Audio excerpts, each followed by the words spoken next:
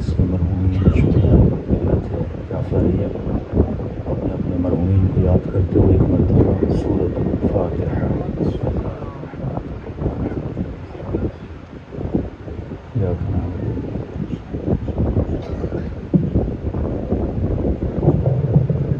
بسم اللہ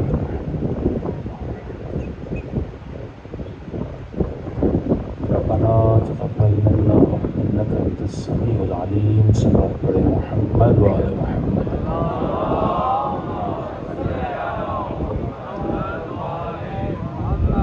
بسم اللہ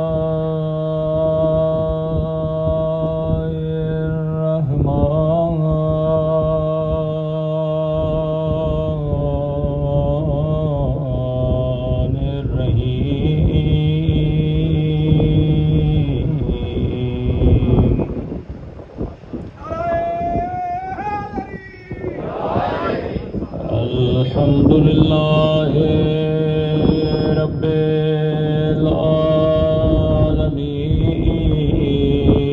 العالمین الحمد للہ کما ہوا اہلہ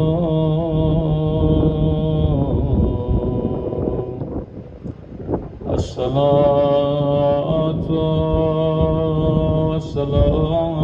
والسلام علی سید المرسلین وخاتم النبیین ابی القاسم محمد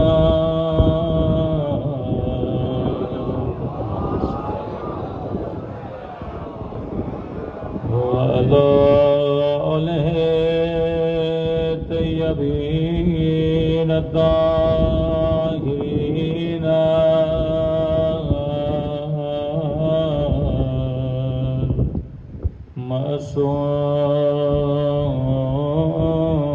معصومین سب مل کے اپنے مولا کے ظہور کی دعا اللہم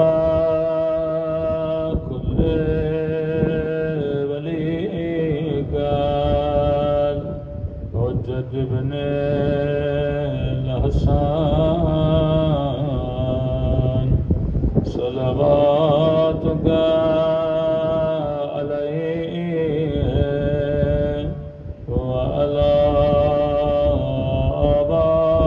آبائہ فی ہذہ الساعة وفی کل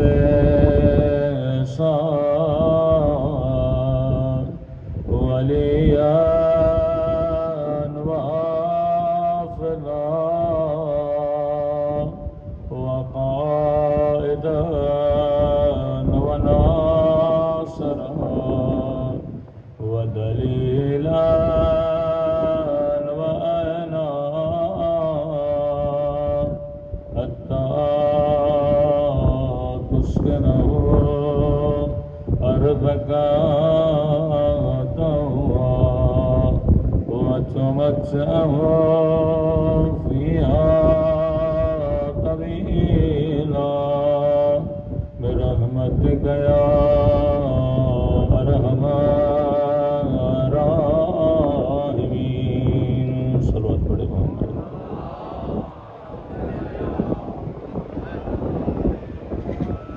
بسم اللہ الرحمن الرحیم رب اشرح لی صدری ویسر لی امری واحلل عقدۃ من لسانی یفقهوا قولی اما بعد فقد قال سبحانہ وتعالی قل لا اسألکم علیہ اجرا الا المودۃ فی القربى صلوات پڑھے محمد وعلی محمد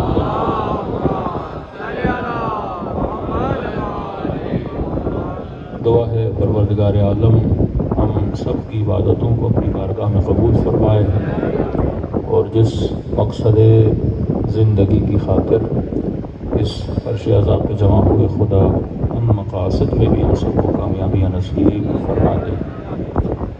قرآن مجید کی بہت مشہور اور معروف آیت جو ہر محب اہل بیت کو تقریباً یاد ہے، یاد نہ ہو تو ترجمہ تو ہر کسی کو پتہ ہے۔ اے حبیب کہہ دو کہ ہمیں کوئی اجر نہیں چاہیے، اگر ان محنتوں کے بدلے میں کچھ چاہیے تو مودت فی القربہ چاہیے۔ ہو سکتا ہے آپ پر اعتراض ہو کہ شیعہ اتنی مجلسیں کیوں کراتے ہیں، اصلاً شیعہ مجلسوں میں کیوں آتے ہیں؟ تو کوئی مومن بولتا ہے میں امام حسین کا ذکر منانے آ رہا ہوں، کوئی مومن بولتا ہے میں تاریخ کربلا سننے جا رہا ہوں، کوئی مومن بولتا ہے کہ میں اپنے عقیدے کا اظہار کرنے جا رہا ہوں، کوئی مومن بولتا ہے میں غم حسین منانے جا رہا ہوں۔ لیکن یاد رکھیے، جب بھی اگر غیر آپ سے سوال کرے نا کہ مجلس امام حسین میں کیوں جا رہے ہو، تو جواب قرآن والا ہونا چاہیے کہ کل کسی کی زبانیں اس ذکر کے خلاف نہ کھلیں۔ تو اس آیت کی روشنی میں ہمیشہ یہ جواب دیا کریں، اگر کوئی پوچھے کہاں جا رہے ہو تو بولا کرو میں اجر رسالت کو ادا کرنے جا رہا ہوں۔ یہ مجلس امام حسین دراصل اجر رسالت ہے کہ آج ہم جو کچھ بھی ہیں مصطفیٰ کی وجہ سے ہیں۔ اگر کوئی مسجد میں خدا کو سجدے کر رہا ہے، سجدے کرنا کس نے سکھائے؟ مصطفیٰ نے۔ اگر حاجی حج کر رہا ہے، حج کرنا کس نے سکھایا؟ مصطفیٰ نے۔ اگر تو زکوٰۃ دے رہا ہے، یہ کس نے سکھایا؟ مصطفیٰ نے۔ اگر تیرے گھر میں تیری ماؤں اور بہنوں کے سروں پہ چادر ہے، حجاب کس نے سکھایا؟ مصطفیٰ نے۔ اگر جوانوں کے سینوں میں غیرت ہے، غیرت کا درس کس نے دیا؟ مصطفیٰ نے۔ اب اسلام کا حکم ہے کہ اگر کوئی مزدور آ کر تیرا گھر بنائے اور تو اس کی مزدوری نہ دے، اس گھر میں نماز پڑھنا بھی صحیح نہیں۔ یہاں مجلس امام حسین ہو رہی ہے، آپ نے دکان سے کرائے پہ لاؤڈ منگوائے، مولانا نے مجلس پڑھی، مجمع نے سنی، سب نے واہ واہ کی، چلے گئے، اور بعد یہ مجلس لاؤڈ والے کو پیسے نہ دے۔ تو حسین کہتے ہیں جب تک قرضہ اتارو گے نہیں تب تک ثواب ملے گا نہیں۔ تو مزدور کی جب تک مزدوری نہ دی جائے عمل قبول نہیں ہوتا، اس گھر میں نماز قبول نہیں ہوتی۔ اب بندہ پوری زندگی خانے خدا کا طواف کرتا رہے، اگر مصطفیٰ کا اجر ادا نہ کرے تو طواف کا فائدہ نہیں ہے۔ صبح سے شام تک سجدے پہ سجدہ، سجدے پہ سجدہ، لیکن اگر اجر رسالت کو ادا نہ کرو تو سجدوں کا کوئی فائدہ نہیں ہے۔ کہ بلال جا کر اذان دے، کہ یا رسول اللہ وقت اذان نہیں ہے، کہ اذان صرف نماز کے لیے نہیں، بلال اذان اہم کام میں بلانے کے لیے بھی دی جاتی ہے۔ بلال نے اذان دینا شروع کی، اصحاب کو کہا کہ میرے ممبر کو صورت کو بدلا جائے۔ مثلا ممبر سیدھا تھا، کہ یا رسول اللہ کہاں پہ رکھیں؟ کہ وہاں رکھو جہاں سے میری بیٹی کا گھر نظر آئے۔ ممبر کی صورت کو بدلا۔ جب سارے اصحاب پریشان ہو گئے، بھائی صبح کی اذان مثلا 4:30 بجے آتی ہے، بندہ صبح 10 بجے اذان دینا شروع کر دے، لوگ بھی تو بولیں گے نا مؤذن کو کیا ہو گیا۔ بلال نے اذان دینا شروع کر دی، ہر بندہ پوچھے بلال کیا ہوا؟ یا رسول خدا بلا رہے ہیں۔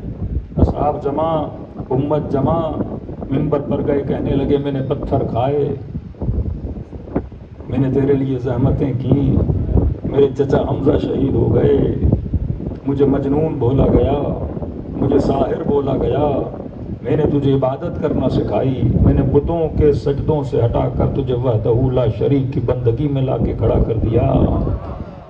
یہ بتاؤ کبھی میں نے تجھے کچھ سے مانگا؟ کہنے لگے نہیں یا رسول اللہ، کیا دے سکتے ہو رسول کو؟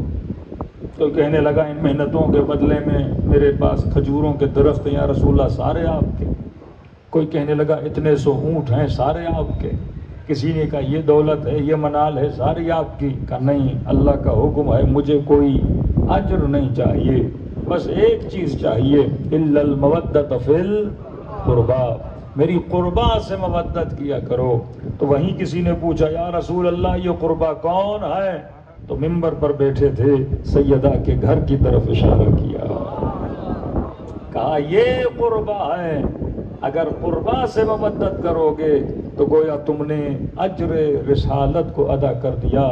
کائنات کی سب سے بڑی مزدوری اگر دین خدا کے لیے کسی نے کی ہے وہ مصطفیٰ نے کی ہے. اس کا اجر یہ ہے کہ میری فاطمہ سے محبت کرو، میرے علی سے محبت کرو، حسن و حسین سے محبت کرو. تو میرے عزیز، محبت کہنے کی چیز نہیں ہے کہ آپ کسی کو بولیں جناب ہم آپ سے بڑا پیار کرتے ہیں، آپ کسی کو بولیں جناب ہمارے دل میں آپ کی بڑی محبت ہے. تو محبت کہنے سے ظاہر نہیں کی جاتی، کیونکہ محبت اندر دل کا تعلق ہے. محبت ایک باطنی جذبہ ہے.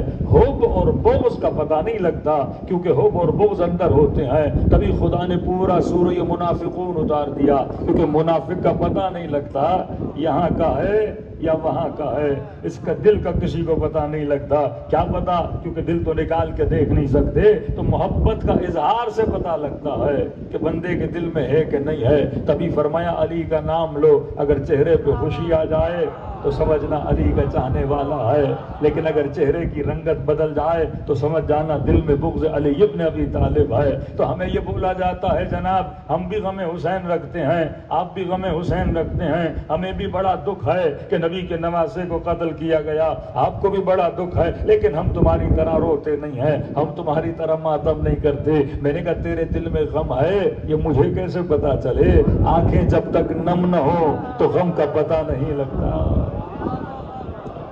غم کے لیے اظہار کا ہونا ضروری ہے. کہ یہ دلیل تھوڑی بنی. میں نے کہا اچھا یہ بتاؤ جس بستی میں تم رہتے ہو وہاں پہ کوئی ہندو ہے؟ کہ نہیں، سارے کے سارے مثلاً 200 گھر 400 گھر مسلمانوں کے ہیں. میں نے کہا مسلمان اللہ پہ ایمان رکھتا ہے؟ کہاں. رسول پہ ایمان رکھتا ہے؟ کہاں. میں نے کہا پھر یہ تو بتاؤ جب اذانیں دیتے ہو تو بلند بلند آواز میں کیوں چیخ و پکار کرتے ہو کہ اللہ اکبر، اللہ بڑا ہے؟ بستی مسلمانوں کی، سب کو پتا ہے کہ اللہ بڑا ہے، تو کسے بتا رہا ہے کہ اللہ بڑا ہے؟ اشہد ان محمد رسول اللہ، میں گواہی دیتا ہوں کہ محمد اس کا رسول ہے. میں نے کہا سب کو پتا ہے کہ محمد اس کا رسول ہے، تو کسے بتا رہا ہے؟ بستی مسلمانوں کی، کوئی کافر نہیں ہے. کہ نہیں نماز کے لیے بلانا ہے. ہم نے کہا بھائی نماز کے لیے بلانا ہے تو کہو حی علی الصلاۃ،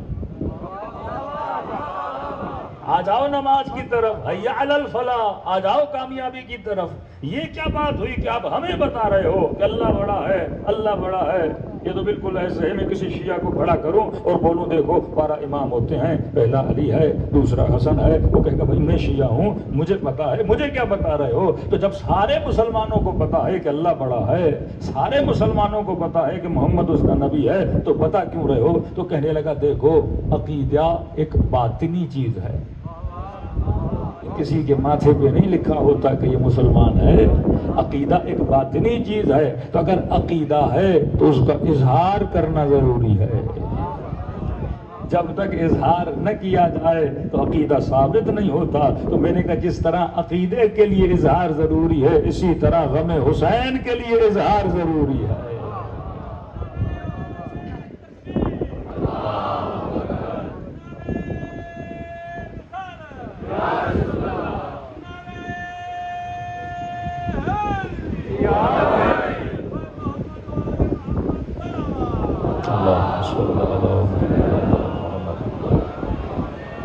تو غم ایک باطنی کیفیت ہے. مجھے کیسے پتا چلے؟ ایک بندہ ہنسے گا تو کہوں گا خوش ہے، ایک بندہ روئے گا تو بولوں گا کیا ہے؟ غمگین ہے. محبت کے بھی تقاضے ہوتے ہیں. اگر آپ کسی سے محبت کرو تو معصوم کا جملہ ہے، محبوب کی خوشیوں میں خوش ہوا جاتا ہے، محبوب کے غموں میں غمگین ہوا جاتا ہے. آپ اپنے پڑوسی سے بولو کہ مجھے آپ سے بڑا پیار ہے، اور خدا نخواستہ اس کا بیٹا مر جائے اسی دن شادی کرو، تو پڑوسی کیا بولے گا؟ تو جھوٹا ہے، تو منافق ہے. اگر مجھ سے محبت ہوتی اس دن کبھی اپنے بیٹے کی شادی نہ کراتے. چلو دوسری مثال دوں. آپ اپنے بابا کو بولو کہ بابا آپ سے بڑا پیار ہے، لیکن پڑوس میں جو پڑوسی آپ کو صبح سے شام تک لعنتیں بھیجتا ہے اس سے بھی بڑا پیار ہے. بابا آپ سے بھی بڑا پیار ہے، لیکن پڑوس میں جو پڑوسی آپ کو لعنتیں دیتا ہے صبح سے شام تک اس سے بھی بڑا پیار ہے. تو باپ بھی بولے گا نا لعنت ہے تیری محبت پہ، یہ کیسی محبت ہے، مجھ سے بھی پیار ہے اور جو لعنتیں بھیجتا ہے اس سے بھی پیار ہے. ہمارے بھائی ہم سے یہ مطالبہ کرتے ہیں کہ علی سے بھی پیار کرو،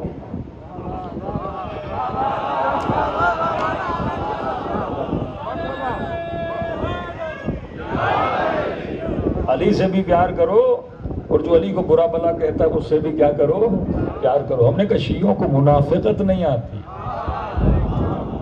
یا ہم نے علی سے محبت کرنی ہے یا منافقت کرنی ہے. علی سے ہم محبت کرتے ہیں، منافقت آتی نہیں، کیونکہ نہ علی نے سکھائی ہے نہ سیرت اہل بیت میں ہے. تو یہ محبت کا تقاضا نہیں ہے. یہ بالکل ایسا ہے کہ مسلمان کہے کہ مجھے رسول سے بھی محبت ہے، ابو لہب سے بھی محبت ہے. تو خدا بھی کہتے ہیں تبت یدا ابی لہب، ہاتھ کاٹ دے اللہ ابی لہب کے. کیوں؟ کیونکہ اگر محبت ہے تو اسے اذیت دینے والے سے محبت نہیں ہو سکتی. اگر آل رسول سے محبت ہے تو آل رسول کو تکلیف دینے والوں سے محبت نہیں ہو سکتی. اگر خدا محبت حسنین سے کرتا ہے تو حسنین کے دشمنوں سے نہیں کر سکتا. یہ تو عیاں ہے نا کہ جنگ خندق میں یا خیبر میں اسے ہر برادر اہل سنت مانتا ہے، کسی اور چیز کو مانے نہ مانے، کل میں علم اسے دوں گا، قرار ہوگا، غیر فرار ہوگا. اللہ سے محبت کرتا ہوگا، اللہ اس سے محبت کرتا ہوگا. تو اگر خدا علی سے محبت کرے تو جو علی پر لعنتیں بھیجے خدا اس سے محبت کبھی نہیں کر سکتا. یہ حکم محبت ہے. فرمائے اظہار محبت کے لیے پھر یہ بولا جائے مثلا شیعہ لعنتیں کیوں بھیجتے ہیں؟ بھائی دیکھو، بغض کا تعلق بھی محبت سے، بغض کا اپنا وجود نہیں ہے. جب تک محبت نہ ہو تب تک بغض نہیں ہوتا، نفرت نہیں ہوتی. آپ کہیں گے کیسے؟ بعض فلاسفہ کہتے ہیں کہ اندھیرے کا کوئی وجود نہیں ہے. اندھیرا تبھی وجود میں آتا ہے جب روشنی نہ ہو. روشنی بنی اس کے ساتھ اندھیرا بنا، روشنی نہیں ہوگی تو کیا ہوگا؟ اندھیرا ہوگا. فرمائے محبت آئی تو جب محبوب کی محبت آئی وہ اپنے ساتھ ایک نفرت بھی لائی، کیونکہ محبوب کا جتنا عشق بڑھے گا اس کے دشمن سے اتنی نفرت بڑھے گی. محبت اپنے ساتھ نفرت بھی لاتی ہے. یعنی اگر تولا ہے تو تبرہ خود آتا ہے. یعنی یہ ممکن نہیں کہ بندے کے دل میں تولا ہو اور تبرہ جنم نہ لے. کیونکہ اگر علی سے محبت ہے اور دنیا میں کوئی نہ کوئی تکلیف دینے والا ہوگا تو اس سے آپ کو کیا ہوگی؟ نفرت ہوگی. اگر خدا کی محبت ہے تو یہ ممکن نہیں کہ شیطان کی نفرت نہ ہو. تبھی کہا کہ بسم اللہ کے پڑھنے سے پہلے پڑھو اعوذ باللہ من الشیطان اللعین الرجیم، کہ میری تعریف سے پہلے شیطان پر لعنت بھیج. اگر علی سے محبت ہے تو دشمن علی سے نفرت آٹومیٹیکلی ہو جاتی ہے. اس کا تعلق کس سے ہے؟ فطرت سے ہے. تبھی یہ بہت بڑی ڈیمانڈ کی گئی الا المودۃ فی القربى، ہمیں قربا کی مودت چاہیے. اب جا کے خود ہی بتائیں کہ بھائی قربا کون ہے. ہاں چلو 2 نام بڑھا دیں گے، گھٹا تو نہیں سکتے نا.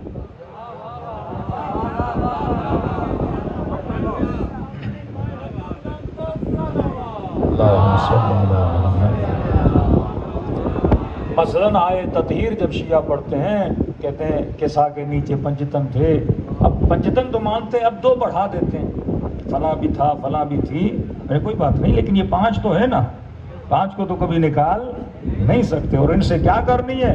محبت کرنی ہے. تب جا کے اجر رسالت رسول ادا ہوتا ہے. لیکن دوسرا نقطہ، ہم سے تقاضائے محبت نہیں کیا، مودت کیا. حالانکہ نبی بول سکتے تھے محبت کرو میری آل سے، میرے قربا سے، لیکن یہ نہیں کہا کہ مودت کرو. کیونکہ محبت بھی عربی میں موجود ہے. یہ لفظ حدیث مشہور ہے، من مات علی حب آل محمد مات شہیدا، جو آل محمد کی محبت میں مر گیا وہ شہید ہو کے چلا گیا. لیکن یہ نہیں کہا کہ میری آل سے، علی کی آل سے محبت کرو. کیا کرو؟ مودت کرو. محبت کے لیے کیوں نہیں بولا؟ کیونکہ محبت ہو ہی جانی تھی. محبت ہو ہی جانی تھی. ہر پاک فطرت بندہ اہل بیت سے محبت کرتا ہے.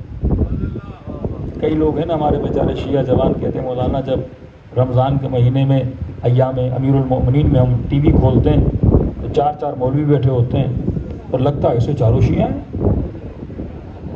علی کے فضائل چاروں پڑھ رہے ہوتے ہیں. تو میں نے کہا محبت کرنا کوئی کمال نہیں ہے. کیسے انکار کرے کہ علی عالم نہیں تھے؟ کیسے انکار کرے کہ علی شجاع نہیں تھے؟ فطرت کا تقاضا ہے. گاندھی مسلمان نہیں اور حسین کی محبت رکھنے والا ہے. محبت کرنا کوئی بڑی فارسی یا بڑا فلسفہ نہیں ہے اہل بیت رسول سے.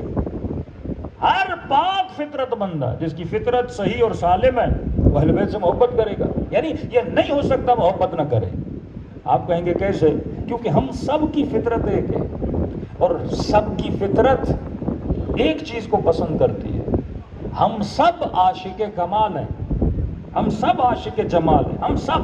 یعنی یہ نہیں ہو سکتا کہ ایک بندہ بولے مثلا یہ چیز مجھے اچھی نہیں لگتی. نہیں، فطرت جب ایک ہے پسند بھی ایک ہے. مثال دو، اس مجمع میں کوئی بندہ ایسا ہے جسے سخی اچھا نہ لگے. کوئی ایک ہے تو ہاتھ اٹھائے مولانا مجھے کنجوس بڑے اچھے لگتے ہیں. کوئی ایک ہے جسے سخی اچھا نہ لگے. ہر بندے کو سخی اچھا لگتا ہے. اچھا یہ آپ کو کس نے سکھایا کہ سخی اچھا ہوتا ہے؟ فطرت نے. اللہ نے پیدا ہوتے ہی ایک سافٹ ویئر ہمارے اندر ڈال دیا، فطرت کا سافٹ ویئر. جس طرح آپ کسی بھی دکان سے سیمسنگ کا کوئی بھی موبائل لو اس کے اندر اینڈرائڈ کا سافٹ ویئر ہوتا ہے. آئی فون کا لو تو آئی ایس کا سافٹ ویئر ہوتا ہے. اسی طرح ہمارے اندر خدا نے فطرت کا سافٹ ویئر ڈالا ہے اور فطرت کا سافٹ ویئر اسی کو پسند کرے گا جس کے لیے خدا نے فطرت کو بولا ہوا ہے. ہم سب کو سخی اچھا لگتا ہے بھلے ہم خود کنجوس کیوں نہ ہو، پر کہیں گے اگلا بندہ میرے ساتھ کیا کرے؟ سخاوت کرے. ہم سب کو حسن اچھا لگتا ہے، فطرت کا تقاضا ہے. خوبصورت تصویر، خوبصورت منظر آدمی دیکھے گا اس کو کیا کرے گا؟ پسند کرے گا. یہ بالکل ایسے ہے کہ ایک بندہ گلاب کے پھولوں کے باغ کے اندر چلا گیا اور باہر آ کر کہے واہ واہ کیا کہنا پھولوں کا، ارے میں تو بڑا عظیم ہوں. کیوں؟ کہ مجھے پھول بڑے اچھے لگتے ہیں. وہ اس میں تیری عظمت کا کیا ہے؟ پھول تو سبھی کو اچھے لگتے ہیں، اس میں تیرا کمال کیا ہے؟ یہ کمال تو پھول کا ہے، وہ ہے ہی اتنا خوبصورت، اس میں ہے ہی اتنی خوشبو کہ وہ ہر بندے کو کیا لگتا ہے؟ اچھا لگتا ہے. پھول کی تعریف کرنے میں میری تعریف نہیں ہے، یہ پھول کا کمال ہے کہ اس نے خود کو قابل تعریف بنایا ہے. یہ پھول کا کمال ہے کہ وہ اتنا حسین ہے کہ ہر بندہ اس کی تعریف کرتا ہے. تو آج اگر کوئی علی ابن ابی طالب کی تعریف کرے اس میں بندے کا کمال نہیں ہے، یہ علی کا کمال ہے.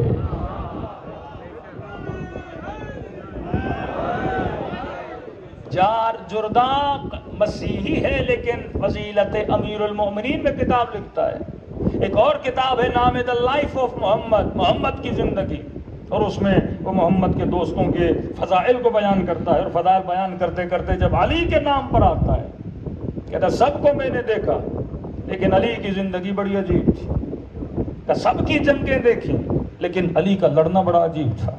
سب کی عبادتیں دیکھی لیکن علی کے سجدے بڑے عجیب تھے.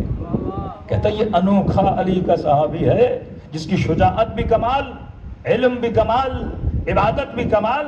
تو ایک جملہ امیر المومنین کے لیے لکھتا ہے کہ جتنے جنگجو میدان جنگ میں جاتے تھے وہ آگے بھی زرہ پہنتے تھے، پیٹھ پر بھی زرہ پہنتے تھے، لیکن ایک میدان کا جنگجو تھا وہ آگے تو زرہ پہنتا تھا لیکن he fought without armor on his back. اس نے کبھی بھی اپنی پیٹھ پہ لوہا نہیں پہنا، زرہ نہیں پہنا. اور جب اس سے پوچھا گیا کہ جتنے جاتے ہیں آگے بھی پہنتے ہیں، پیٹھ پر بھی پہنتے ہیں، آپ آگے تو پہنتے ہو پر پیٹھ پہ نہیں پہنتے، تو اس نے جواب دیا کہ خدا کی قسم ابی طالب کے بیٹے کو پیٹھ پہ زرہ پہننے کی عادت نہیں ہے. آگے اس لیے پہنتا ہوں کیونکہ حملہ کرنا ہوتا ہے، پیٹھ پہ اسی لیے نہیں پہنتا کیونکہ میں نے کبھی میدان کو پیٹھ دکھانے کا سوچا ہی نہیں ہے.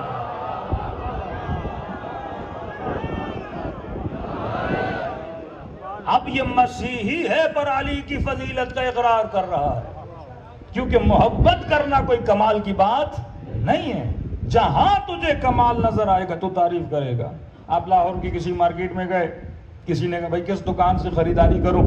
آپ نے کہا 3 مسلمان ہیں، ایک مثلا سکھ کی دکان ہے. 3 ہیں تو مسلمان، ایک سکھ کی دکان ہے، سکھ سے لینا. اس نے کہا کیوں بھائی مسلمانوں سے کیوں نہ لوں؟ کہ یہ ہے تو سکھ لیکن بڑا ایماندار ہے تو سکھ لیکن بڑا ایماندار ہے. تو آپ کس کی تعریف کرتے ہو؟ صفت کی تعریف کرتے ہو نا. باکمال ہے. دوسرا سوال شیعوں سے یہ بھی کیا جاتا ہے، اگر 12 امام تھے تو نام قرآن میں کیوں نہیں؟ بھائی یہ حکمت کی کتاب ہے. اللہ جس نے تجھے پیدا کیا وہ تیرے مزاجوں کو جانتا ہے. انبیاء ما قبل کا نام لیا کیونکہ وہ آ چکے ہیں. 12 اماموں کو آنا ہے. میں نے کہا اگر خدا 12 اماموں کے نام بتا دیتا، کیا پتا جناب ابو سفیان اپنے بچوں کے نام وہی نہ رکھتا جو خدا نے بتائے.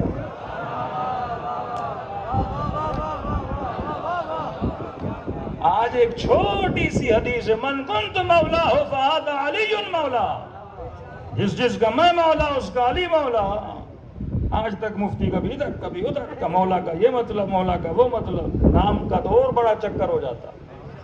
آتی تو قسمیں کھاتے، نہیں اسی کا بیٹا ہے، قرشی بھی ہے، یہ بھی ہے، مکی بھی ہے. لہذا اردن کے بادشاہ نے اپنا نام مثلا مہدی رکھ لیا کہ میں مہدی ہوں، جس کا رسول نے بتایا تھا. تو اگر نام بتا دیتا خدا قرآن میں تو سب اپنے بچوں کے نام رکھتے جاتے. پھر مولویوں میں یہ جھگڑا چلتا کون سا علی نبی والا ہے، کون سا مثلا محمد نبی والا ہے، صادق وہ والا ہے، اور کون سا دوسرے والا ہے. اسی میں پوری امت کا مسئلہ بگڑ جاتا. تو خدا نے کہا نام نہیں بتاؤں گا، کیونکہ نام رکھنا آسان ہے، صفت رکھنا بڑا مشکل ہے. آپ کے گھر میں بچہ پیدا ہوا، آپ نے نام رکھا مثلا شیر علی، اور بڑا ہوا پتا چلا شیر کا اس میں ایک بھی صفت نہیں ہے، چوہے کو دیکھ کے بھاگ جاتا ہے. تو نام رکھنے سے بچہ بہادر تھوڑی بنتا ہے. علی کی صفت پیدا ہونے سے بہادر بنتا ہے. نام میں کیا ہے؟ نام میں کچھ بھی نہیں ہے. اصل کیا ہے؟ صفت ہے. تو خدا نے کہا نام نہیں بتاؤں گا، صفت بتاؤں گا. صفت کسی میں ہے تو تلاش کر کے دکھائے کہ میں اللہ ولی، میرا رسول ولی. اللہ اپنا نام بتا رہا ہے، رسول کا تعارف کروا رہا ہے، لیکن جب تیسرے کی بات ہوئی تو نام نہیں بتا رہا کہ تیسرا وہ ولی جو حالت رکوع میں زکوٰۃ دیتا ہوا نظر آ جائے. اب یہ میں نے تجھ پہ چھوڑا کہ جا کر دیکھ رکوع میں زکوٰۃ کس نے دی تھی. نام نہیں بتا رہا، کیا بتا رہا ہے؟ صفت. انما یرید اللہ، اللہ کہہ رہا اے اہل بیت رسول تجھے ایسا پاک کیا جائے کہ جیسا پاک کرنے کا ہر طرح کے رجس کو تم سے دور کیا جائے. کا صفت بتا رہا ہوں. اب سب کی زندگی دیکھنا، جس کی زندگی میں رجس نظر نہ آئے وہی اہل بیت رسول ہے. اللہ صفت بتا رہا ہے. مثلا میں اس مجمع میں سے کسی مومن کو 1000 دوں گا نہیں، مثال دے رہا ہوں، 1000 دوں اور بولوں کہ مثلا رائے چلے جاؤ، فلاں مسجد میں چلے جاؤ اور وہاں پہ جس کا نام مثلا علی ہے اسے جا کر 1000 دے کر.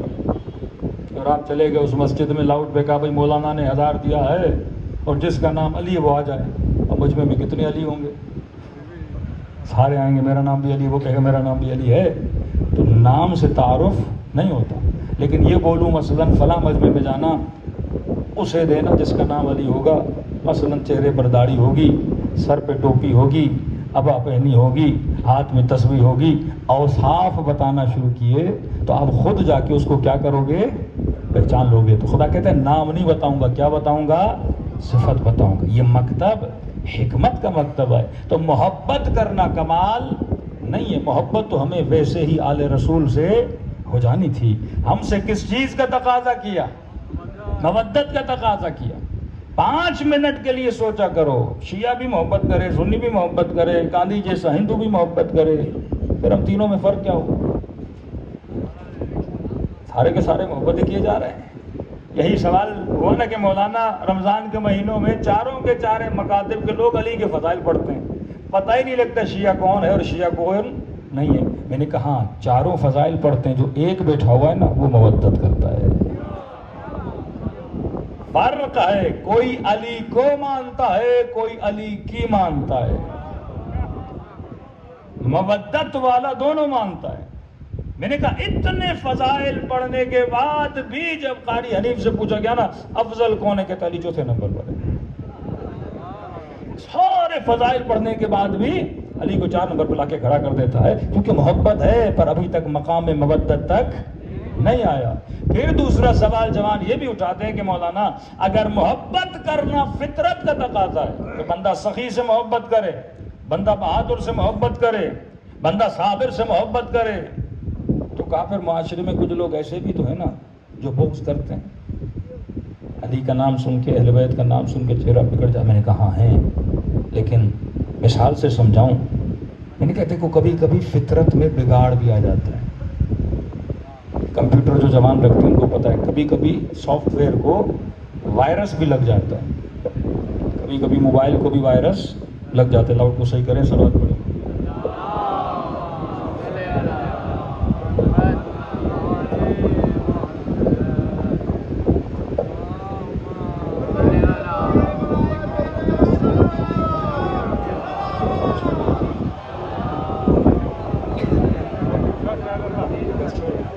صلوات پڑھیں محمد و آل محمد. بس اب یہ بھی دیکھیں گھومے جا رہا ہے, اس کو بھی وائرس لگ گیا ہے. تو مطلب فطرتاً اس نے ٹائٹ ہونا چاہیے, پر جب وائرس لگ جاتا ہے تو یہ گھومے جاتا ہے. مثال دے رہا تھا اور اس نے اپنی مثال خود قائم کر دی. 1-2 سال پہلے پاکستان میں آیا کرونا, بیماری لگ گئی فطرت کو. آپ کے ڈاکٹر کے پاس, ڈاکٹر کا کہا ڈاکٹر صاحب بیوی کھانا بنایا ہے, کہتی ہے میں نے نمک ڈالا ہے پر مجھے نمک کا مزہ ہی نہیں آ رہا. اب یہ بیوی سے لڑ رہا ہے, نمک نہیں ہے, وہ کہتی ہے ڈالا ہے بندے خدا. اب ڈاکٹر کہہ رہا ہے بھائی نمک ہے. نہیں ڈاکٹر صاحب مجھے مزہ ہی نہیں آ رہا, ذائقہ ہی نہیں آ رہا نمک کا. وہ کہتی ہے میں نے تیکھا کیا ہے, مجھے ذائقہ ہی نہیں آ رہا. تو ڈاکٹر کیا کہے گا, مسئلہ کھانے میں نہیں, مسئلہ تیری فطرت میں ہے. فطرت کو بخار ہو گیا ہے, فطرت بیمار ہو گئی ہے. تو اگر کسی کو علی اچھا نہ لگے نا, مسئلہ علی میں نہیں, فطرت بگڑ چکی ہے.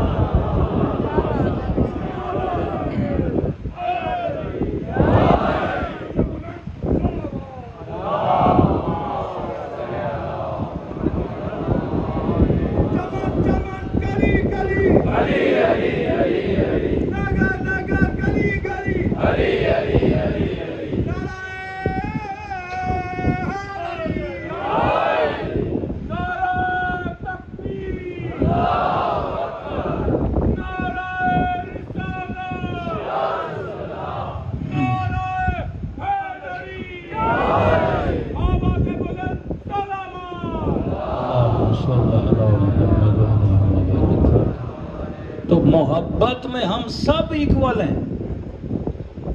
اگر آپ مولا علی کے قصیدے پڑھو گے, سنی بھی خوش ہوگا, شیعہ بھی خوش ہوگا, ہندو بھی خوش ہوگا, سکھ بھی خوش ہوگا. کیونکہ جب کسی بہادر کا قصہ پڑھا جاتا ہے تو فطرت کیا دیتی ہے, داد دیتی ہے. فلموں میں کسی جھوٹے ایکٹر کو بہادر بھی دکھایا جاتا ہے نا, تو بندہ اس ایکٹر کی تعریف کرتا ہے, حالانکہ اس کا سارا ایکشن جھوٹ پر. اصلاً ہیرو کیوں بولا جاتا ہے؟ ایک ویلن ہوتا ہے, ایک ہیرو ہوتا ہے. اس کو ہیرو فلم والے نہیں بناتے, آپ کی فطرت بناتی ہے. آج تک کسی فلم کا کوئی ایسا ہیرو بتائیے جو ڈرپوک ہو, ایک ہیرو بتائیے, اسپائڈر مین ہو, وہ آئرن مین ہو, وہ کوئی بھی ہو.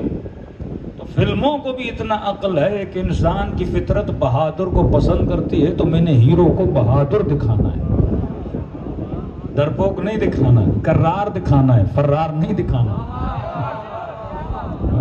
فطرت کا تقاضا ہے نا, فطرت کبھی بھاگنے والے کو پسند نہیں کرتی, مذمت ہے. بہادر کو پسند کرتی ہے, میدان چھوڑ کر جانے والوں کو پسند نہیں کرتی. سرحد کا دفاع کرنے والا فوجی سب کو اچھا لگتا ہے, سرحد کو چھوڑنے والا فوجی کسی کو بھی اچھا. فطرت کا تقاضا ہے. تو یہ دنیا کا جتنا سائیکل اور سرکل چل رہا ہے یہ آپ کی فطرت کے حساب سے چل رہا ہے. وہ فلمیں ہوں، وہ ڈرامے ہوں، ہر چیز. مثلاً ایک ڈرامے میں ایک بیٹا ماں پہ ظلم کر رہا ہے، کسی کو اچھا لگے گا؟ کوئی بندہ اسے پسند نہیں کرے گا. دوسرے ڈرامے میں ایک بندہ ماں کی خدمت کر رہا ہے، پاؤں دبا رہا ہے، اس کی ریٹنگ ہائی ہوگی، کہیں گے یہ بڑا اچھا ہے، بھلے ایکٹنگ کر رہا ہو لیکن بندے کو کیا لگے گا؟ اچھا لگے گا. اس کا تعلق کس سے ہے؟ انسان کی فطرت سے. تو اہل بیت سے محبت کرنا کوئی کمال کی بات نہیں ہے، وہ ہیں ہی اتنے بڑے. تبھی کہ یا علی مثلک مثل الکعبہ، اے علی تیری مثال کعبے کی مثال ہے. تیرا رتبہ ہے ہی بلند. امام کسی کے در پہ نہیں آتا، دنیا امام کے در پہ جاتی ہے. اور اگر دنیا کعبے کے پاس نہ بھی جائے، کرونا کے دنوں میں کوئی مسلمان مثلا حج وج بند ہو گئے تو کعبے کی عزت پہ فرق پڑا. تو کعبے کے پاس نہیں جائے گا، کعبے پہ فرق نہیں پڑنا. تیرے جانے سے، کعبے سے ملنے سے تو حاجی کہلائے گا. علی کے پاس نہ جانے سے علی پہ فرق نہیں پڑتا. جب تو علی سے مل کے آئے گا تو مومن کہلائے گا. یہ پہلا نکتہ. اب آتا ہوں حساس بات پہ، مودت پر. محبت ہے ذات کی تعریف. اچھا بندہ، اچھی فطرت والا، بہادر، حسین، صبر کا پہاڑ، شجاعت کا پہاڑ، ہر بندہ تعریف کرے گا. آج کون ہے جو صبر حسین کی تعریف نہ کرے؟ آج کون ہے؟ یعنی سلفی سے سلفی، نجدی سے نجدی، وہابی بھی ہوگا نا، بھلے لعنت نہ بھیجے لیکن یہ نہیں بول سکتا کہ یزید اچھا تھا. اب بولے ہم مذمت کرتے، پھر آخر بولتا ہے چلو لعنت نہ بھیجو، ہمیں پتہ نہیں صحابی کا بیٹا تھا. بات کو مروڑے گا، توڑے گا، لیکن برملا یہ نہیں بول سکتا کہ یزید کیا تھا، کیونکہ اس کی فطرت اس کو اجازت نہیں دے گی کہ وہ ظلم کی کیا کرے؟ تعریف کرے. تو فطرت کا کام ہے ذات کی تعریف کرے. مودت کیا ہے؟ مودت اعلیٰ ترین منزل ہے. فرمایا یہ دل ہے. اب دل کے اندر لاکھوں محبتیں پڑی ہوئی ہیں. سمجھو دل ایک پیالہ ہے. اس پیالے کے اندر علی کی محبت بھی ہے، اس پیالے کے اندر گاڑی کی محبت بھی ہے، اس پیالے کے اندر گھر کی محبت بھی ہے، اس پیالے کے اندر بیوی کی محبت بھی ہے، بچوں کی محبت بھی ہے، گاؤں کی، مٹی کی، وطن کی محبت بھی ہے، اپنی محبت بھی ہے، شہرت پسندی بھی ہے، مقام پسندی بھی ہے، کرسی بھی اچھی لگتی ہے، کھانا بھی اچھا لگتا ہے، لوگ بھی اچھے لگتے. ساری محبتیں کیا ہو گئیں؟ مل گئیں. فرمایا یا رسول اللہ مودت کیا ہے؟ فرمایا جہاں کائنات کی محبتیں ختم ہوتی ہیں وہاں سے مودت کی ابتدا ہوتی ہے.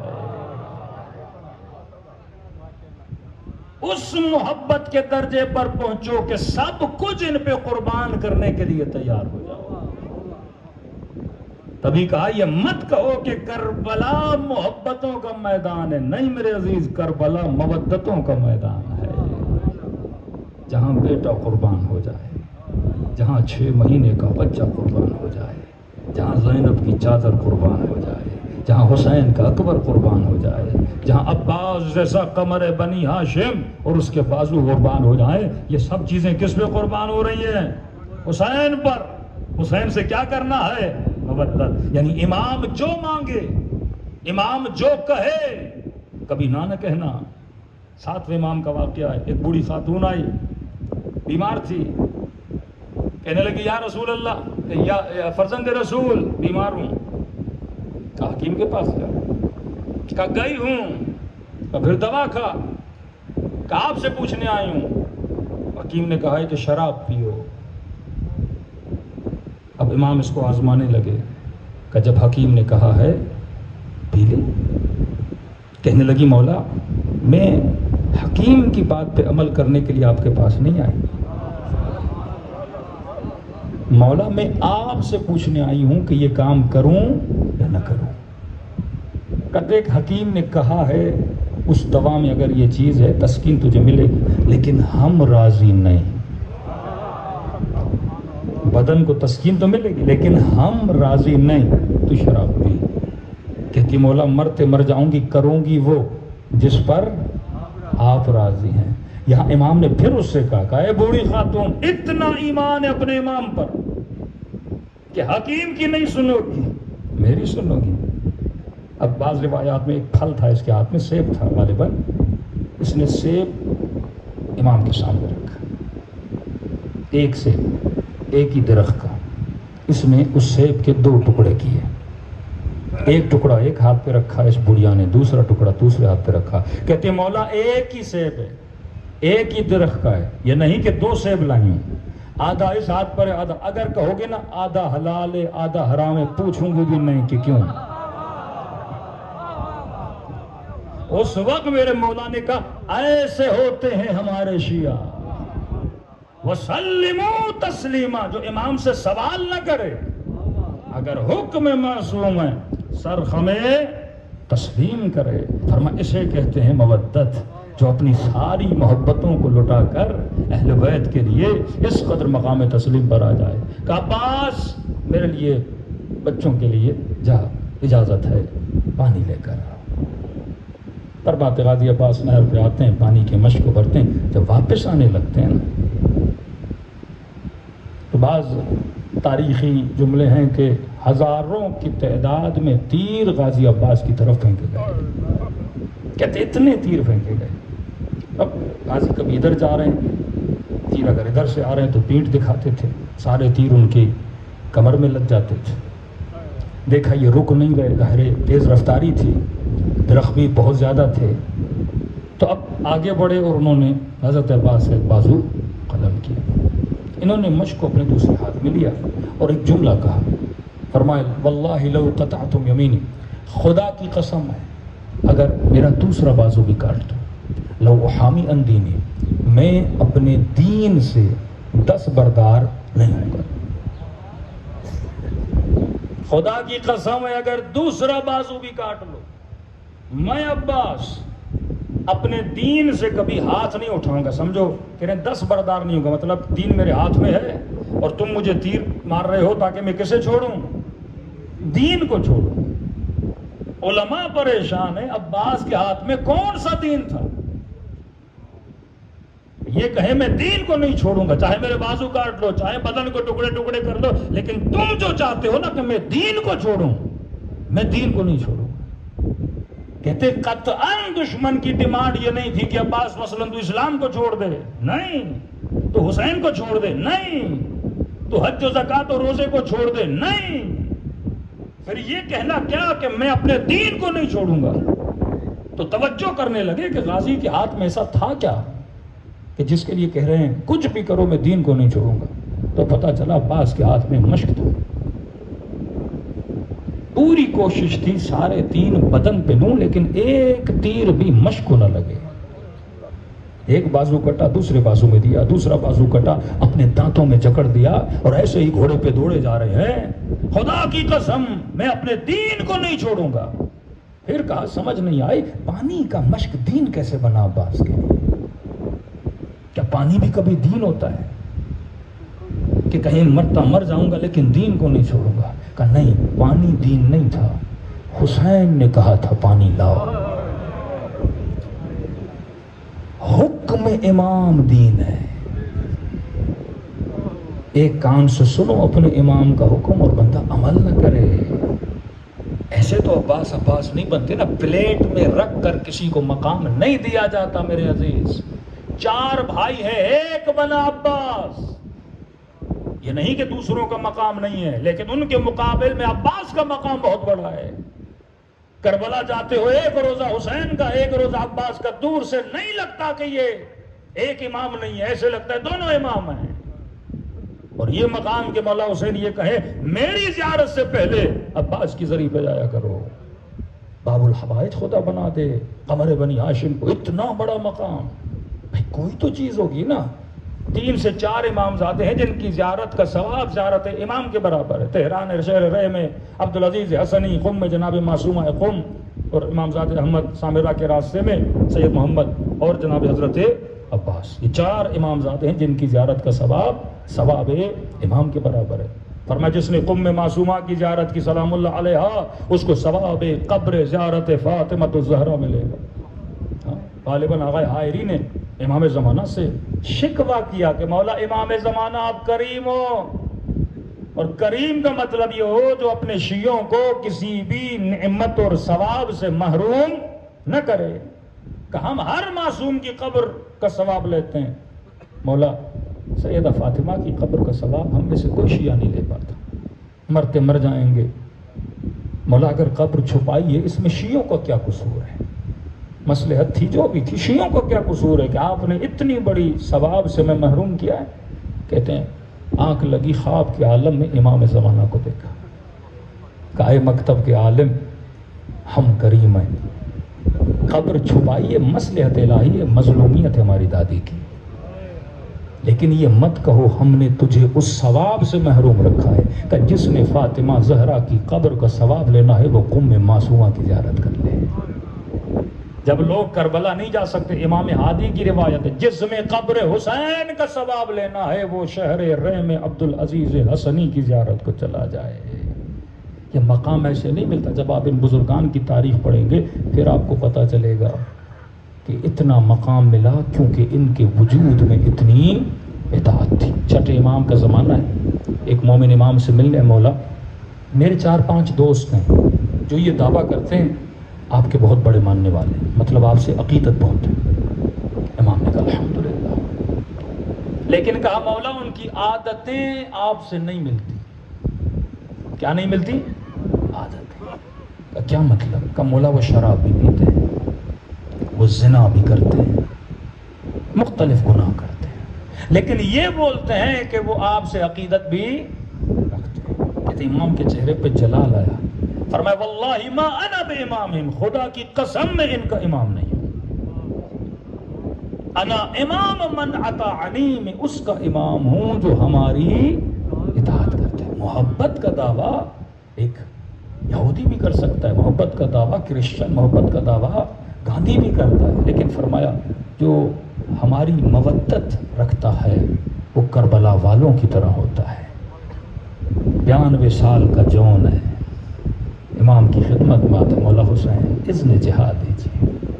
امام نے سر سے پاؤں تک دیکھا، جون تیرے بدن میں رشا ہے، تو اسالے کے چلتا ہے، کمر جھکی ہوئی ہے، جون تو نے نانا کی خدمت کی، تو بابا کا غلام، تو حسن کا غلام، پھر تو میرا، جون تو نے پوری زندگی اس در کی غلامی میں لگا دی، جات حسین نے تیرے سے جہاد بھی اٹھا لیا۔ جون زندگی کے آخری لمحے کسی باغ میں مدینے میں جا کے سکون سے گزارنا۔ جون کہنے کا مولا وہ غلام کیسا جو خوشیوں میں ساتھ رہے مصیبت میں چھوڑ کے چلا جائے۔ کہ جون میں نے کہا نا اس گھر کا بچہ تجھ سے پیار کرتا ہے جون، عمر رسیدہ ہے، اتنا سب سے عمر رسیدہ تھا۔ جناب جون اور سعید کے لیے ملتا ہے ان کی ایج بہت بڑی تھی۔ کہ جون جا، نہ مانا۔ حسین نے کہا جون میں نے تجھے آزاد کیا، رونے لگا کہ جون رو نہیں، آزاد کیا ہے، اب اگر غلامی کرنی ہے تو زین العابدین کی غلامی کر۔ روتا ہوا چوتھے امام کے خیمے میں آیا، امام فرماتے میں نے محسوس کیا میرے قدموں میں کوئی سر رکھ کے رو رہا ہے۔ جب آنکھیں کھولیں، بوڑھا غلام، نانا کا، دادا کا، بابا کا۔ کہ جون رو کیوں رہے ہو؟ کہ مولا حسین نے آزاد کر دیا ہے اور کہ اب غلامی کرنی ہے تو زین العابدین کی غلامی کر۔ کہ جون جب بابا بول رہے ہیں تو رو کیوں رہا ہے؟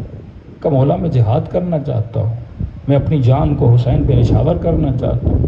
کہ جون اتنے بڑھاپے میں بابا تیرا مرنا دیکھنا پسند نہیں کرتے، جون تجھ سے جہاد اٹھا لیا، خوش ہو جاؤ۔ نہ مانا، کہنے لگا مولا میں حسین سے کچھ نہیں بول سکتا، لیکن آپ کو تو اپنی ہتھیلیوں پہ بڑا کیا ہے، آپ سے تو حجت رکھ سکتا ہوں۔ کہنے لگا کہیں ایسا تو نہیں میرا رنگ کالا ہے، مجھے شرف نہیں مل رہا۔ یہ لوگ بولتے ہیں جون تیرے بدن میں بدبو ہے، تو رنگ کا کالا ہے۔ اتنا سننا تھا نا، امام نے اسے سینے سے لگا لیا کہ جون یہ کہیں اور ہوتا ہوگا، اس گھرانے میں رنگ نہیں دیکھا جاتا، ذات جات نہیں دیکھی جاتی، عمل دیکھا جاتا ہے۔ سفارش کی ابھی عبداللہ الحسین سے، جب مولا نے سنا، مولا نے بھی سینے سے لگا، جون دکھ نہ کر، واللہ ایسا نہیں ہے کہ تیرے رنگ کی وجہ سے۔ امام نے کہا میں خود تجھے گھوڑے پہ سوار کر کے میدان میں بھیجتا ہوں۔ کہتے ہیں بڑی کوشش کی لیکن گھوڑے پہ چڑھ نہ سکا، بوا تھا نا۔ کیسے بیٹھتا؟ کس کے کمر پہ کپڑا باندھا، ماتھے پہ رومال باندھا، اب میدان میں جائے تو کیسے جائے؟ جو گھوڑے پہ 2-3 بار کوشش کی کہ مولا کوئی بات نہیں، ایک ہاتھ میں عصا پکڑوں گا، دوسری ہاتھ میں تلوار لوں گا۔ آیا میدان جنگ میں فریاد کرنے لگا، اے فوج اشقیا، اے اہل شام، مجھے پہچانو، میں کس کا غلام ہوں؟ میں رسول کا غلام ہوں، میں باب مدینۃ العلم کا غلام ہوں، میں شہزاد جنت حسن کا غلام ہوں۔ اس نے فضائل پڑھنا شروع کیے۔ ابن سعد نے کہا یہ کون ہے جو للکار رہا ہے؟ کہ غلام حسین جون۔ اس نے مسکرانا شروع کیا کہ حسین اتنے غریب ہو گئے کہ بوڑھوں کو میرے مقابلے میں بھیج رہے ہیں۔ کوئی طاقتور، کوئی توانا نہیں تھا اسے حسین کو۔ کسی نے کہا امیر اجازت دو، ایک تلوار کا وار کروں گا چلا جائے گا۔ کہ خبردار، اسے کوئی تلوار سے نہیں مارے گا، نیزے سے نہیں مارے گا، تیر سے نہیں مارے گا۔ امیر پھر اس بوڑھے کو ماریں کیسے؟ کہ وہ موت دوں گا عبرتناک کہ حسین یاد کریں۔ کہ امیر کیا کریں؟ کہ 40-50 گھوڑے سوار جاؤ، ہاتھوں میں پتھر اٹھاؤ، حسین کے غلام کو اتنے پتھر مارو کہ یہ زمین پہ گرے، خون بہے۔ کہ امیر اتنی تکلیف دے موت کیوں؟ کہ موت اسے نہیں دے رہا، تکلیف حسین کو دینا چاہتا ہوں۔ جب یہ تڑپے گا تو میں حسین کا تڑپنا دیکھوں گا۔ کہتے ظالموں نے اتنے پتھر مارے، یہ بوڑھا غلام رسول، غلام علی زمین پہ گرا۔ فوج اشقیا کا سپاہی کہتا ہے میں نے بڑے غلام اور بڑے آقا دیکھے، لیکن کبھی حسین جیسا آقا میں نے نہیں دیکھا۔ کہ جیسے یہ گرا، برق کی رفتار کی طرح حسین جون کے جنازے پر آئے، اور آتے ہی جون کا سر حسین نے اپنی گود میں لیا۔ کہ جیسا سر جون گود میں آیا نا، جون ہوش میں نہیں تھا، خون بدن سے اتنا بہ چکا تھا، جیسے آنکھیں کھولی، نگاہ حسین پہ پڑی، اس غلام نے، بوڑھے غلام نے جلدی سے سر حسین کی گود سے اٹھا کے خاک کربلا پہ پھینک دیا۔ کہنے لگا مولا یہ گود تو اکبر کے لیے بنی ہے، مولا میرے خون سے اپنے لباس کو آلودہ نہ کرے، یہ گود علی اکبر کے لیے ہے۔ اب کہتا ہے عجیب جملہ، میں نے کبھی غلام اور آقا کی محبت نہیں دیکھی۔ حسین غلام کا سر گود میں رکھتے تھے، غلام پھر خاک پہ رکھتا تھا، پھر حسین گود میں رکھتے تھے، پھر غلام خاک پہ۔ کہتا ہے آخر تک غلام راضی نہ ہوا کہ میں سر آقا کی گود میں رکھوں۔ کہتا ہے یہ تو غلام کی محبت تھی آقا سے، یہ تو غلام کا ادب تھا آقا سے، لیکن میں نے کبھی آقا کی غلام سے ایسی محبت نہیں دیکھی جو میں نے کربلا میں دیکھی۔ کہ جب غلام راضی نہ ہوا نا تو میں نے عجیب منظر دیکھا کہ حسین نے اپنے سر کو جھکانا شروع کیا، کہ اتنے جھکے کہ حسین کے گال غلام کے گالوں پہ پڑے، اور کہا غلام تو نے وفا کا حق ادا کر دیا، اور جو تجھے تانے دیتے تھے نا تیرا رنگ کالا ہے، کہ اللہم بیض وجہہ، اے خدا قیامت کے دن جب ان کے چہرے کالے ہوں گے نا، جون کے چہرے کو سفید کرنا، طیب بدن جسد روح، اے خدا جون کے بدن میں ایسی خوشبو ڈال کہ دنیا رشک کھائے۔ اور کہتے ہیں شہدائے کربلا کی لاشوں کو جب اٹھایا جا رہا تھا نا تو ایک بدن سے بے تحاشا خوشبو آ رہی تھی۔ کہنے لگے یہ کس کا بدن ہے؟ کہ یہ غلام حسین جون کا بدن ہے۔ یہ وہ محفل ہے جو بندے کو جون بناتی ہے، یہ وہ محفل ہے جو انسان کو حر بناتی ہے۔ لیکن حر کب بنتا ہے بندہ؟ جب اقرار گناہ کرے، جب اقرار خطا کرے۔ کوئی در نہیں اس در کے علاوہ۔ فرمایا حر بننے کے لیے مجلسوں میں آتے ہو، محبت تو ہے برملا ہے، لیکن فرمایا اس فرش عزا پہ آ کر مودت عباس مانگا کرو، مودت حر مانگا کرو، مودت زہیر و حبیب مانگا کرو۔ مسلم ابن اوسجا، مسلم کوفے کی بازار میں حبیب کی نگاہ پڑی، مسلم کہاں جا رہے ہو؟ کہ حبیب بوڑھا ہو گیا ہوں، داڑھی کو خضاب کرنے جا رہا۔ کہ مسلم ابن اوسجا یہ دنیا کا رنگ ہے، مہینوں میں اتر جاتا ہے، آؤ چلے کربلا، داڑھی کو ایسا رنگ کرے جو کبھی اترے ہی نہ۔ کہ حبیب کیا کہنا چاہتا ہے؟ کہ حسین پہ جان قربان کر کے اپنے خون سے اپنی داڑھی کو خضاب کرو۔ آئے کربلا اور داڑھیوں کو خون سے خضاب کیا ان لوگوں نے، یہ وہ تھے جو مقام مودت رکھنے والے۔ کوفیوں نے خط لکھا کیونکہ محبت تھی، میں ہمیشہ یہ جملہ کہتا ہوں، جن کے دلوں میں محبت تھی انہوں نے حسین کو خط لکھا، اور جس کے دل میں مودت تھی اسے حسین نے خط لکھا۔ حبیب ابن مظاہر۔ یہ غلط بات ہے کہ کوفی شیعہ تھے، کوفی محب تھے، شیعہ نہیں تھے۔ شیعہ وہ ہوتا ہے جو مودت اہل بیت علیہ الصلوۃ والسلام رکھتا ہے۔ آج پورے پاکستان کے مسلمان اہل بیت سے محبت رکھتے ہیں، کیا سارے شیعہ ہو گئے؟ شیعہ محبت نہیں، اعلیٰ مقام رکھتا ہے، وہ مقام مودت ہے۔ فرمایا فرش عذاب ہے، یہ حر بننے کا فرش ہے۔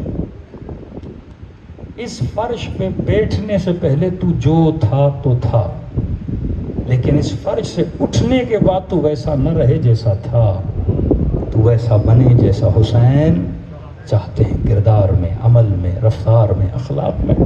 مومن کے گھر جاؤ، بیوی شکایت کرتی مولانا شوہر کا اخلاق برا ہے، میں نے کہا نہیں، علی والوں کا گھر جنت ہوتا ہے، با ادب، با اخلاق، ادب عباس ہوتا ہے۔ آؤ کربلا کی سرزمین میں دیکھو بیویاں شوہر سے کیسے باتیں کر رہی ہیں، بہن کا پیار بھائی سے، بھتیجوں کا، بھانجوں کا پیار اپنے چچا سے اور ماموں سے، انسان رش کھاتا ہے کہ ایسے گھر ہوں، کیونکہ یہ اخلاق حسین ابن علی ہے۔ یہ ام المنین کی تربیت کا اثر ہے عباس، حسین کی تربیت کا اثر ہے علی اکبر۔ جب رات کو خیموں سے گزرنے لگے، ہر بیوی اپنے بچے کو سمجھا رہی ہے، میرے لال کل ایسا نہ ہو تیری ماں کو تانا ملے، یہ ماں کے دودھ کا اثر ہے۔ یہاں تک کہ 6 مہینے کی بچے کی ماں رو رہی ہے، جھولا جھولا بھی رہی ہے، علی اصغر کل اکبر کی ماں اکبر کو قربان کرے گی، قاسم کی ماں قاسم کو قربان کرے گی۔ میرے لال تو جمع ہوتا، حسین کے دفاع میں تلوار اٹھاتا، اب کروں تو کیا کروں؟ تو ارے کون سی ماں 6 مہینے کے بچے کے لیے ایسی تمنا کرتی ہے؟ حسین نے جب یہ مودت دیکھی فوراً خیمے میں آئے، کہنے لگے رباب روتی کیوں ہے؟ کل میں تیرے اصغر کو اپنے اکبر سے آگے بڑھا دوں گا۔ یہ عشق اگر وجود میں ہو نا، پھر جب سکرات کا وقت آتا ہے، روح بدن سے نکلتی ہے، واللہ حسین سرانے پہ آتے ہیں۔ مدائن میں سلمان کے پاس گئے، نیک لوگوں کے سرانوں پر اہل بیت آتے ہیں جنہوں نے واقعاً وفا کی حد کر دی ہے۔ فرمایا زبانوں کو ہمیشہ ذکر اہل بیت سے معطر کرو۔ حدیث کے جملے ہیں جو کثرت سے صلوات پڑھتا ہے، فرمایا تب تک موت نہیں آتی جب تک ہماری زیارت نہ کر لے۔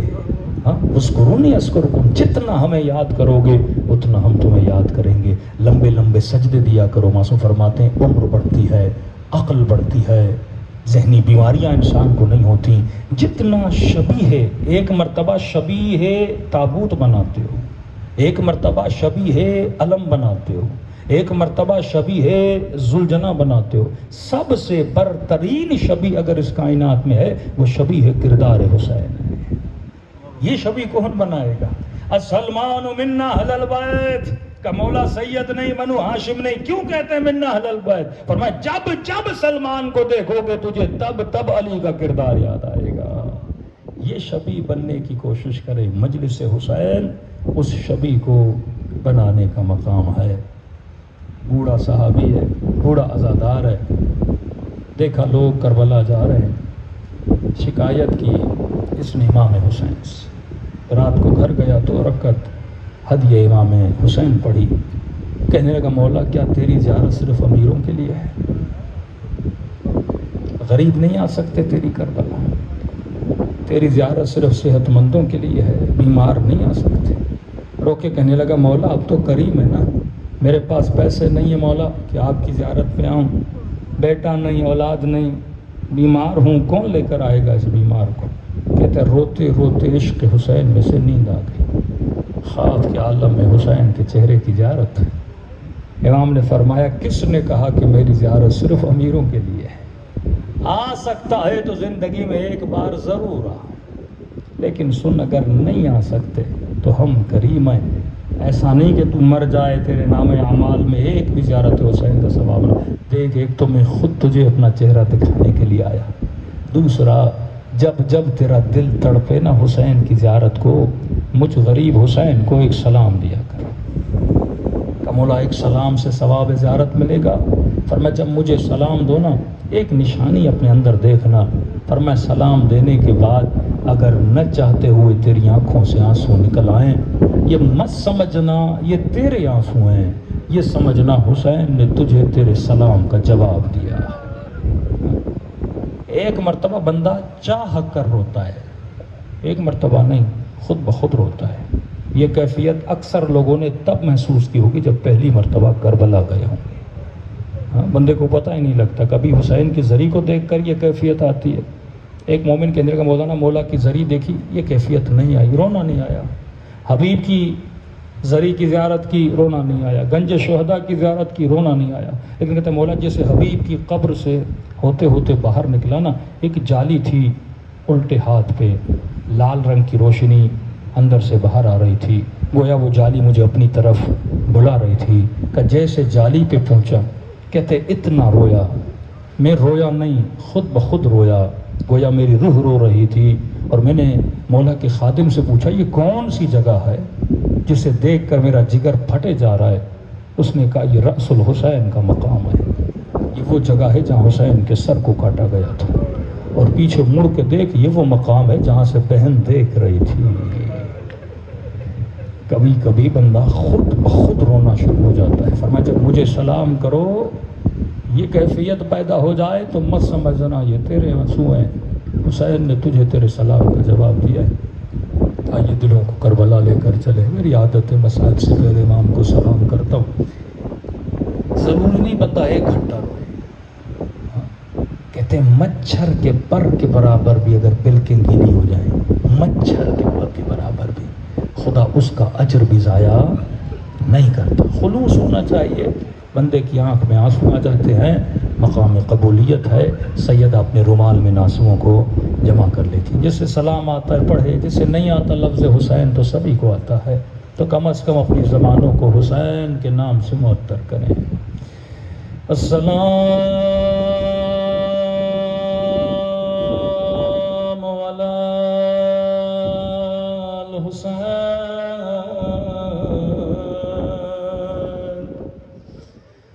وعلی علی ابن الحسین، سب مل کے وعلی اولاد الحسین وعلی صحاب الحسین، بلند آواز سے السلام علی الحسین وعلی علی ابن الحسین وعلی اولاد الحسین وعلی صحابہ۔ آوازیں بہت کم ہیں، بلند آواز سے السلام علی الحسین وعلی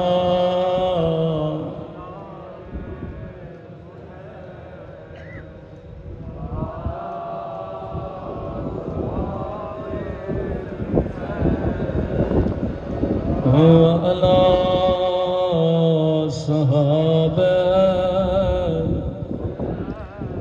میرا سلام ہو زینب کی لٹی ہوئی چادر پہ،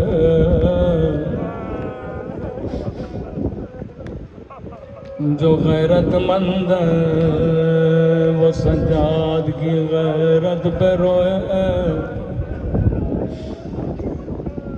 3 سلام پڑھوں گا، زحمت کو تمام کروں گا۔ یہ 3 سلام میرے نہیں، امام زمانہ کے سلام ہیں۔ آپ زندگی میں ہر ذاکر کے مصائب سنتے ہو، لیکن کبھی زندگی میں زیارت ناہیہ پڑھو۔ یہ امام زمانہ کا نوحہ ہے۔ سنیں گے اپنے جد کو کیسے پرسعادت، رو کے کہنے لگے میرا سلام ان ننھے سے رخساروں پہ۔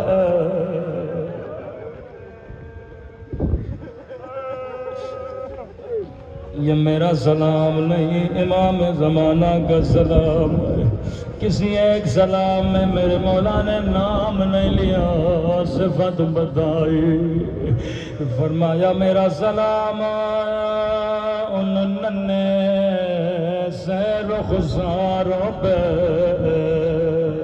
او جن کا رنگ بدلتا رہا، یہ نہیں کہا بدل گیا بلکہ بدلتا رہا۔ کبھی شمر کے تماچوں نے رنگ نیلا کیا، کبھی ظالم کے تماچوں نے رنگ کالا کیا۔ رسول خدا کی حدیث ہے، مسلمانوں کبھی حیوان کو بھی منہ پہ نہ مارا کرو۔ انہوں نے نبی کی نواسیوں کو تماچے مارے، رو رو کے کہتی تھی او میرے غریب بابا، او میرے 3 دن کے پیاسے بابا، بابا ذرا آنکھیں کھولو، ذرا میرے زخمی رخسار دیکھو۔ بابا سکینہ کا رخسار چھوٹا تھا لیکن شمر کا ہاتھ بڑا تھا۔